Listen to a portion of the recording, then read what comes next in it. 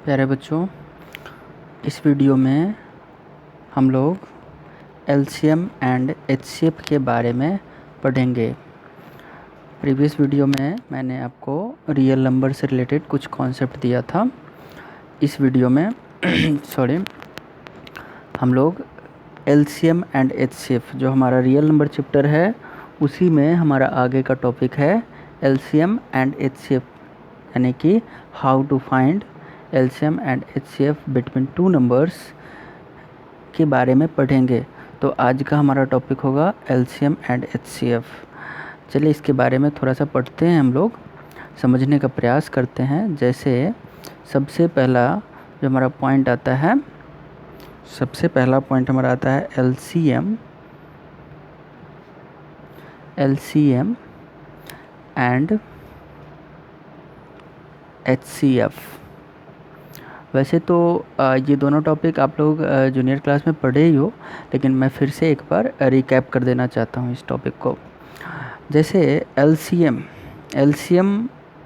का अगर full form की बात करें तो एलसीएम का फुल फॉर्म होता है lowest C means common and M stand for multiple.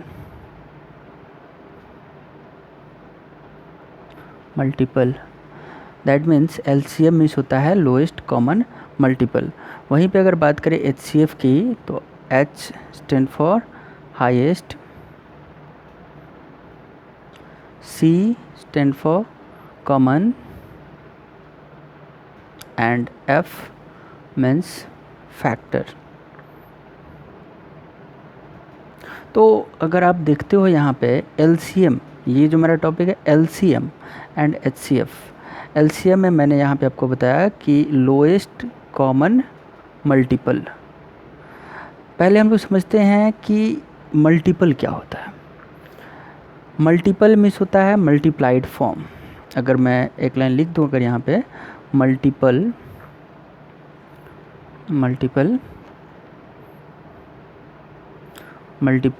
Means multiplied form,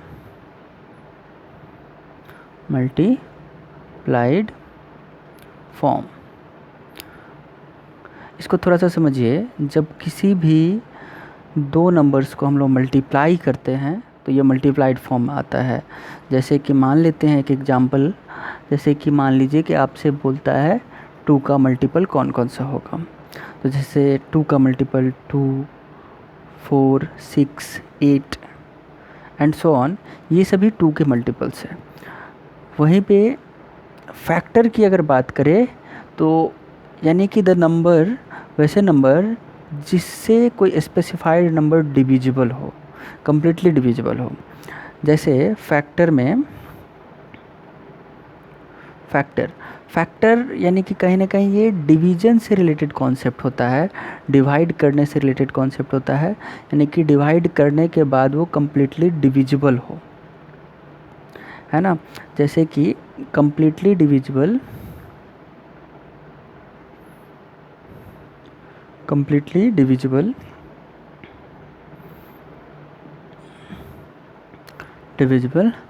after divide.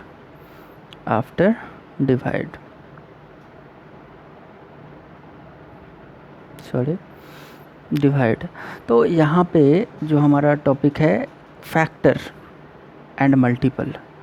तो फैक्टर यानी कि जैसे मैं एक एग्जांपल लेता हूँ। जैसे कि मान लीजिए कि 4 है। अगर मैं बोलूँ कि 4 का कौन कौन सा फैक्टर होगा, तो यानी कि वो कौन कौन से नंबर है जो 4 को कम्प्लीटली डिवाइड कर सकते हैं। तो वैसे नंबर जैसे कि 1 एक ऐसा नंबर होगा जो 4 को कम्प्लीटली डिवाइड कर सकता है, 2 हो सकता है, 4 हो सकता है। ये सभी ऐसे नंबर है जो 4 को कम्प्लीटली डिवाइड कर सकते हैं, यानी कि रिमाइंडर 0 आ सकता है। तो ये सभी जो है 4 के फैक्टर है, जैसे 1 to 4। इस तरह से बहुत सारे नंबर हो सकते हैं जो डिफरेंट नंबर्स का फैक्टर हो सकता है। तो अगर आपको एचसीएफ समझना है तो आपको फैक्टर समझना होगा, एलसीएम समझना है तो मल्टीपल समझना होगा। जैसे यहाँ पे एलसीएम पहले हम कुछ क्वेश्चंस, जैसे मैं कुछ नंबर्स देता हूँ और उसको मैं फिर एलसीएम निकाल करके आपको बताता हूँ कि आप कैसे निकाल सकते हो। जैसे कि हमारे पास में मान लेते हैं कि ये 4 है और एक और नंबर मान लीजिए कि लेते हैं 8 है। जैसे कि ये 2 नंबर्स है, पहले मल्टीपल से हम लोग क्वेश्चन बनाएंगे, फिर उसके बाद फैक्टर से भी क्वेश्चन बनाएंगे। तो इस ये तो 4 छोड़ देते हैं। जैसे यहाँ पे 8 है तो 8 का अगर मान लेते हैं इसके मल्टीपल की बात करें तो 8 हो सकता है, इसके मल्टीपल 16 हो सकता है, 24 हो सकता है, 32 हो सकता है, 40 हो सकता है। ये सभी इसके मल्टीपल। एक और हम लोग लेते हैं जैसे 8 और एक और एग्जांपल में लेते हैं जैसे 12।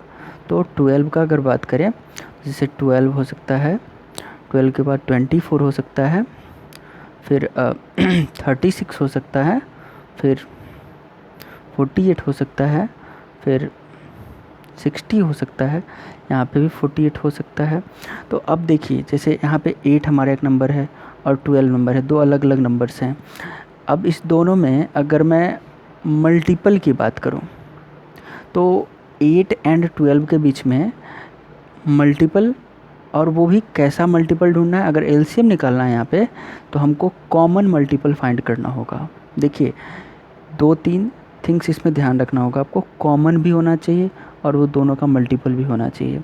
तो अगर कॉमन मल्टीपल की बात करें तो यहाँ पे आप देखोगे 24 एक ऐसा नंबर है जो दोनों में कॉमन है।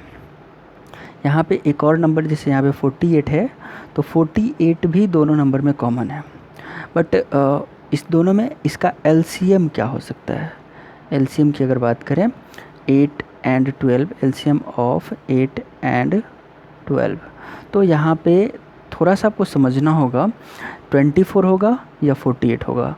अगर आप एलसीएम के डेफिनेशन को समझते हो तो इसमें लिखा हुआ है lowest common multiple, means lowest means होता है सबसे छोटा। अब देखोगे आप 24 और 48, अगर इस दोनों में हम लोग कंपेयर करते हैं तो हम लोग को मिलेगा 24 is smaller than 48। That's why the LCM of 8 and 12 will be 24.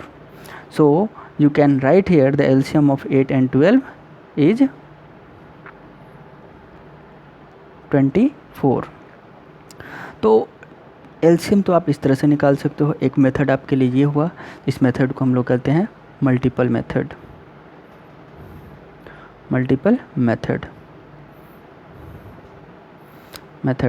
उसी तरह से अगर मान लेते हैं HCF निकालना हो तो HCF में आपको फैक्टर फाइंड आउट करना होगा। Without factor you can't find HCF। तो आपको सबसे पहले फैक्टर को समझना पड़ेगा, फिर आप HCF को ईजिली फाइंड आउट कर सकते हो। एक और थिंग्स आता है, ये तो मल्टीपल मेथड हुआ। इसके बाद एक प्राइम फैक्टराइजेशन मेथड भी आता है। क्वेश्चंस में दिया हुआ रहता है कि यूजिंग प्राइम फैक्टराइजेशन मेथड किसी दो नंबर्स के बीच में एलसीएम निकालने के लिए या एचसीएफ निकालने के लिए आपसे बोला जाएगा। तो प्राइम फैक्टराइजेशन मेथड, अगर मैं इसी क्वेश्चन को समझूं कि अगर इसका प्राइम फैक्टराइजेशन मेथड से कैसे एलसीएम और एचसीएफ निकालेंगे, तो जैसे 8 है, आप इस तरह से लिखोगे 8 और 8 को आप प्राइम फैक्टराइज करोगे जैसे 2, तो ये 4 आएगा, फिर 2 से करेंगे तो यहाँ पे 2 आएगा। उसी तरह से यहाँ पे 12 लेता हूँ मैं। 12 का अगर आप करते हो तो 2 से ये 6 टाइम्स में कैंसिल होगा और 2 से ये 3 टाइम्स में। अब एक और चीज़ यहाँ पे आपको समझना है, कुछ बच्चे इस तरह की गलतियाँ करते हैं, जैसे 8 है तो डायरेक्टली 4 से कर देते हैं वो इसको डिवाइड, यहाँ 12 है तो डायरेक्टली 4 से कर देते हैं। ये गलत हो सकता है। अगर आपको क्वेश्चन में दिया हुआ है कि प्राइम फैक्टराइजेशन से ही निकालना है तो आप जो भी नंबर यहाँ डिवाइड करने के लिए लोगे वो प्राइम नंबर ही होना चाहिए। अगर आप प्राइम नंबर नहीं लेते हो तो वो गलत हो सकता है आपका। तो इस क्वेश्चन में जैसे कि प्राइम फैक्टराइजेशन मेथड मैं यहाँ लिख देता हूँ, प्राइम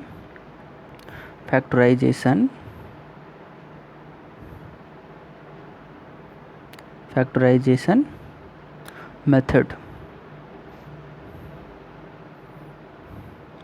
हाँ, तो प्राइम फैक्टराइजेशन मेथड से हमेशा आपको इस बात को ध्यान रखना है कि जो भी नंबर लेंगे इसमें वो प्राइम नंबर ही होना चाहिए, कोई कंपोजिट नंबर आप नहीं ले सकते हैं।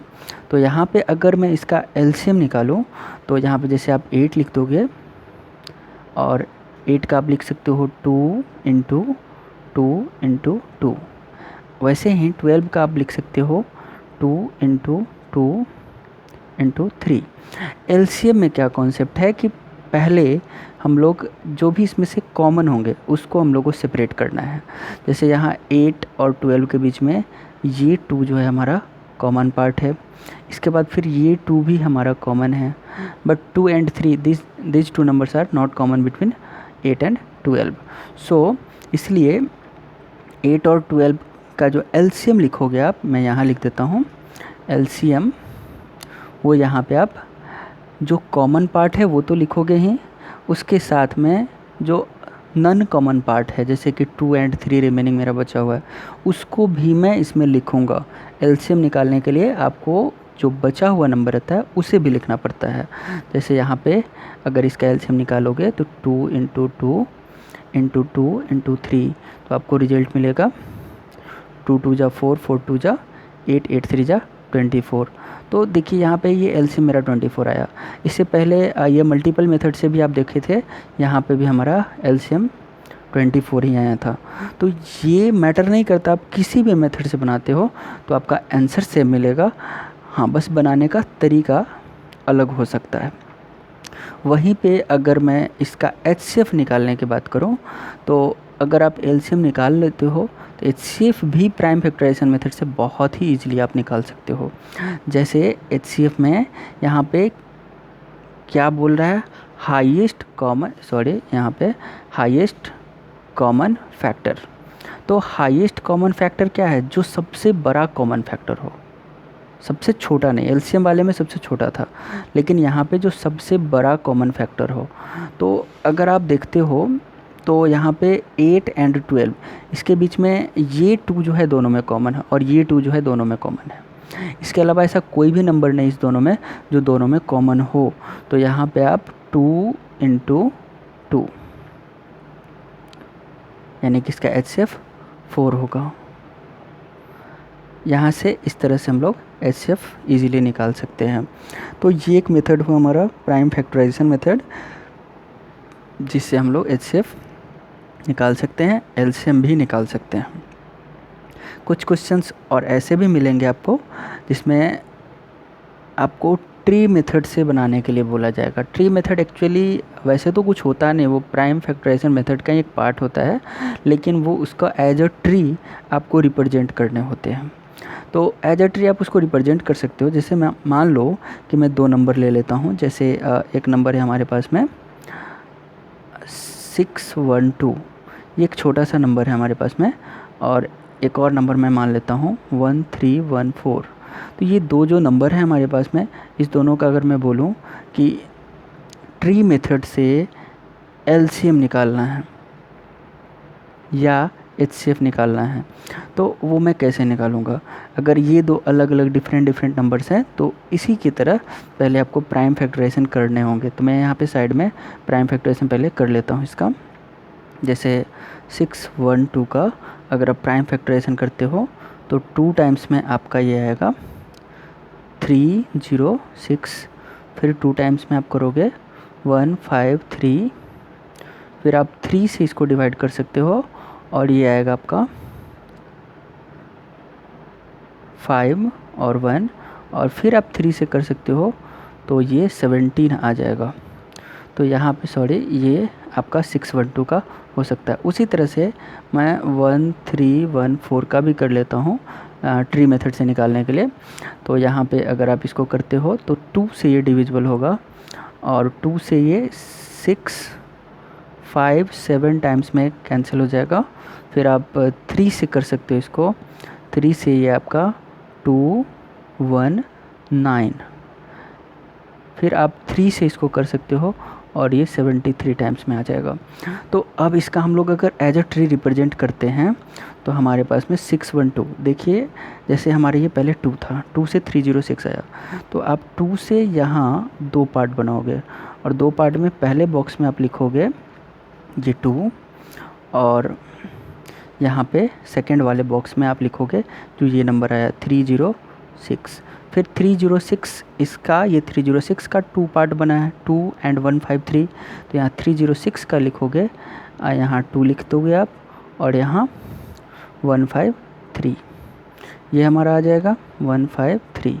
फिर 153 देखिए यहाँ पे 153 का 2 पार्ट आया, जैसे यहाँ पे सॉरी 3 and 51, तो 153 का फिर 2 पार्ट आप बनाओगे, जैसे एक पार्ट में आप लिखोगे सॉरी ये 3 और सेकंड वाला आएगा आपका 17। फिर उसी तरह से 314 भी यहाँ पे आपको लिखना होगा, यहाँ पे मैं इसको कर चुका हूँ प्राइम फैक्टराइजेशन, तो यहाँ से एक पार्ट में 2 लिखोगे आप और दूसरे वाले पार्ट में हमारा आया है 657, तो इसको 657 यहाँ लिखेंगे फॉर द ट्री मेथड। यहाँ फिर ये 3 आएगा और हमारा ये जो आएगा ये 219, यहाँ देखिए 219 आया था। फिर उसके बाद इस 219 का फिर 2 पार्ट हुआ है, यहाँ एक 3 आया है और यहाँ एक 73 आया है, सॉरी हाँ 73 आया है। तो इस तरह से आप ट्री मेथड से बना सकते हो क्वेश्चंस को। अगर अब मैं बात करूँ इसके LCM की या HCF निकालने की, तो अगर HCF में अगर मैं बात करूं, जैसे HCF अगर इसका निकालना हो तो HCF आप लिखोगे 612, आपका 612 आया है और 1314 आया है, ये नंबर है, ये 2 नंबर है। अब इस दोनों में आपको कॉमन फाइंड आउट करना होगा, तो देखिए यहाँ यहाँ ये 2 कॉमन है, यहाँ भी एक 2 कॉमन है, उसके बाद कोई दूसरा 2 नहीं है इसमें, इसके बाद यहाँ 3 कॉमन है, यहाँ हमारा 3 कॉमन है। देन यहाँ अगर मैं बात करूँ एक और 3 है,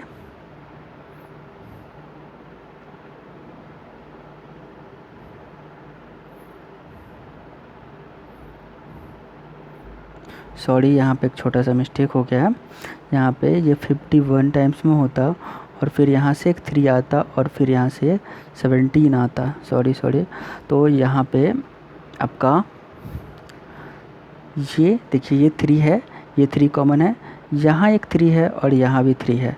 तो अगर आप दोनों में कॉमन देखना चाहते हो तो जैसे यहाँ 2 था, यहाँ भी 2 है, ये 3 है, यहाँ 3 है और यहाँ 3 है, यहाँ 3, ये सभी पार्ट जो है कॉमन है।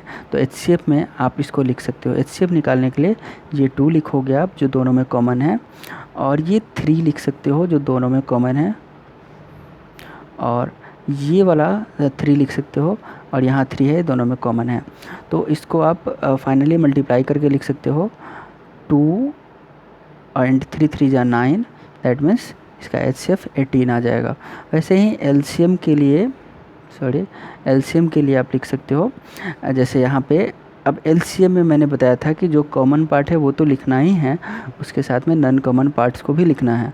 तो देखिए यहाँ पे 2 का पावर जैसे 2 टाइम्स है, तो मैं डायरेक्ट यहाँ पे 2 को 2 टाइम्स लिख देता हूँ, यानी कि 2 raised to 2।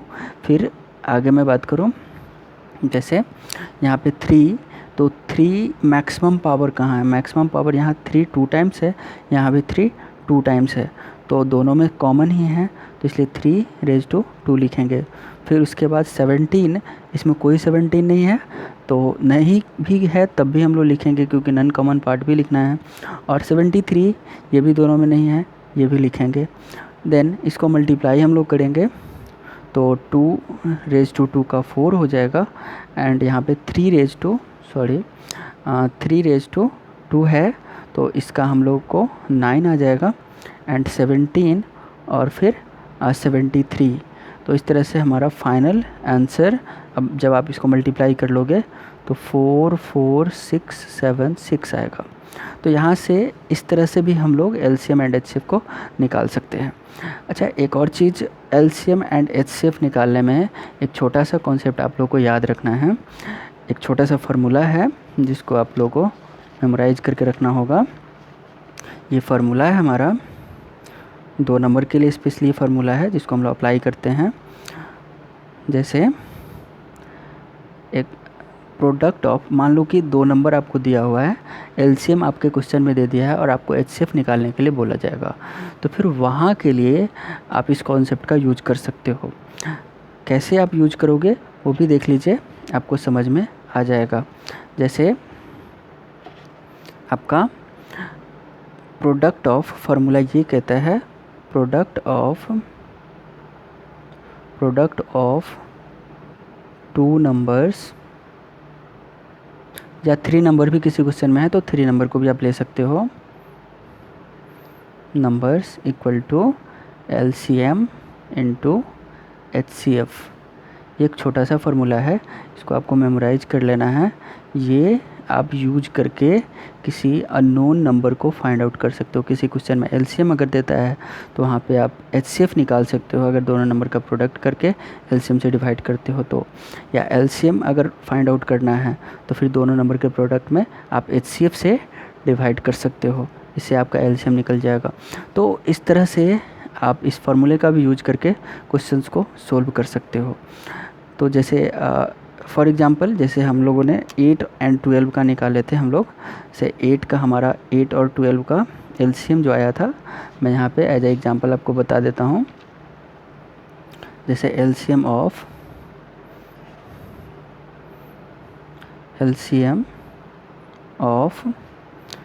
8 और 12 हमारे पास में आया था 24,